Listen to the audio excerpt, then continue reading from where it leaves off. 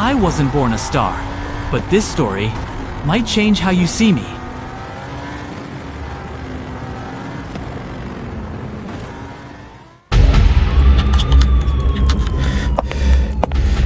Fire raged through the streets, and amidst it, a boy was running, not just away from the chaos, but towards a great destiny. This was the silent scream of Bondy, right before the Mbappé storm. Bondy, a turbulent Paris suburb where burning cars and the sound of gunfire became part of daily life. But on these same streets, despite all the hardship, Kylian Mbappé harbored a huge dream. The dream of becoming one of the greatest footballers in history.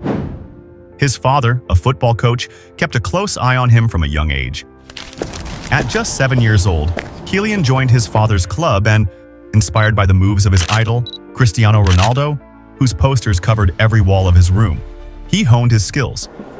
But here's the thing. Becoming a star wasn't just about endless training.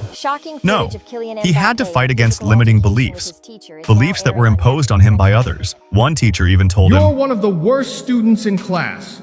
You're never going to be anything." But Mbappé? He didn't argue.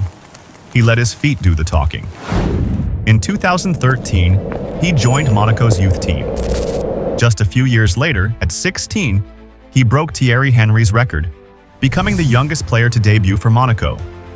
By 17, he became the youngest goal scorer in the club's history. In 2017, he made the big move to Paris Saint-Germain for a whopping 180 million euros, becoming the second most expensive footballer ever.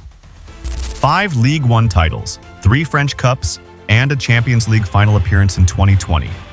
Those were just some of the achievements he earned in Paris, but the real turning point?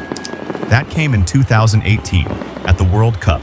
At just 19 years old, he became the second youngest player, after Pelé, to score in a World Cup final. Then, 4 years later, in the 2022 World Cup, Mbappé made history once again, a hat-trick in the final. Not only did he top the scoring charts, but he proved once and for all that he was born for the biggest stages of football. And yet, even all those victories, all those accolades, they weren't enough. Mbappé had a bigger dream: to wear the iconic white shirt of Real Madrid. After years of speculation last summer, Mbappé made his decision. He wouldn't renew his contract with PSG. He chose to live his dream. Even though the Parisian executives fought him tooth and nail, and media pressure was at an all-time high, he stayed true to his goal. "All I ever wanted," he said, "was to play at the Santiago Bernabeu, wearing this legendary shirt and hear the fans chant my name."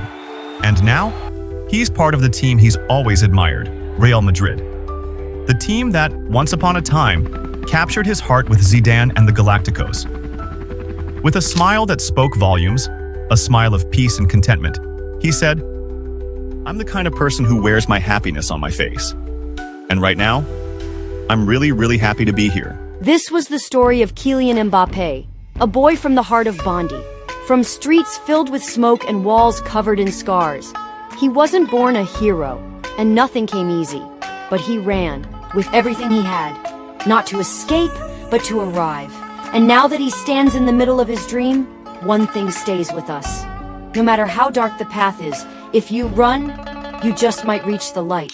If you're enjoying this kind of content, make sure to hit that subscribe button and don't forget to turn on the bell icon. You'll give us a huge boost of energy, and you won't miss any of the upcoming videos. Stay tuned. This time, we're diving into another superstar.